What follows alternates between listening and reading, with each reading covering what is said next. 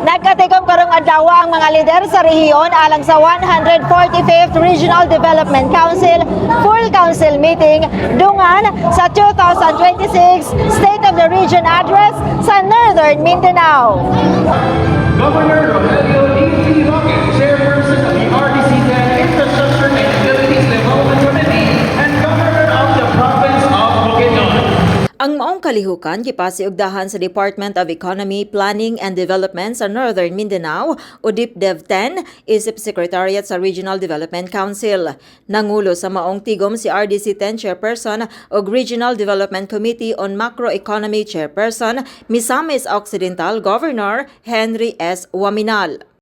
Formally introduce the Mas Asinso Northern Mindanao Agenda during the 143rd RDC-10 Full Council Meeting on December 3, 2025. Mitambong usab ang mga gobernador, mayor, mga representante sa national government agencies, private sector, academe, civil society organizations ug uban pang stakeholders gikan sa 5 ka probinsya ug mga dakbayan sa Northern Mindanao aron hisgutan ang padayon nga pagpalambo sa rehiyon.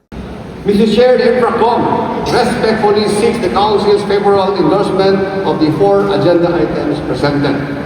These initiatives aim to strengthen infrastructure, governance, improve project implementation, enhance regional connectivity, and support digital transformation efforts in Northern Mindanao.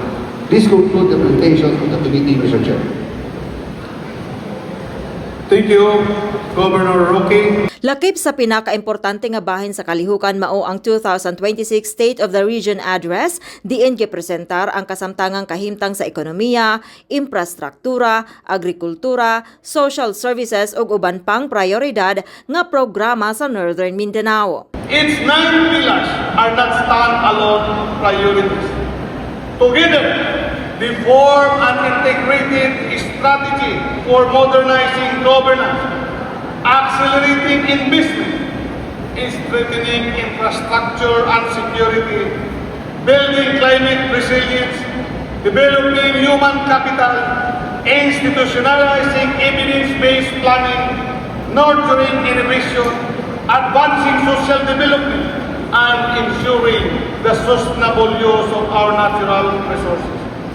Guided by this framework, we continue to pursue development that is measured not only by economic growth, but by the opportunities we create, the lives we improve, and the future we build for every Northern Mindanao.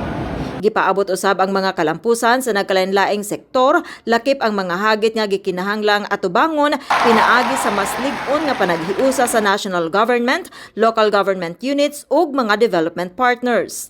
Gilauman nga pinaagi sa mga desisyon o resolusyon nga napalabang sa maong full council meeting, mas mapakusog pa ang implementasyon sa mga programa ug proyekto para sa inclusive ug sustainable development sa Northern Mindanao.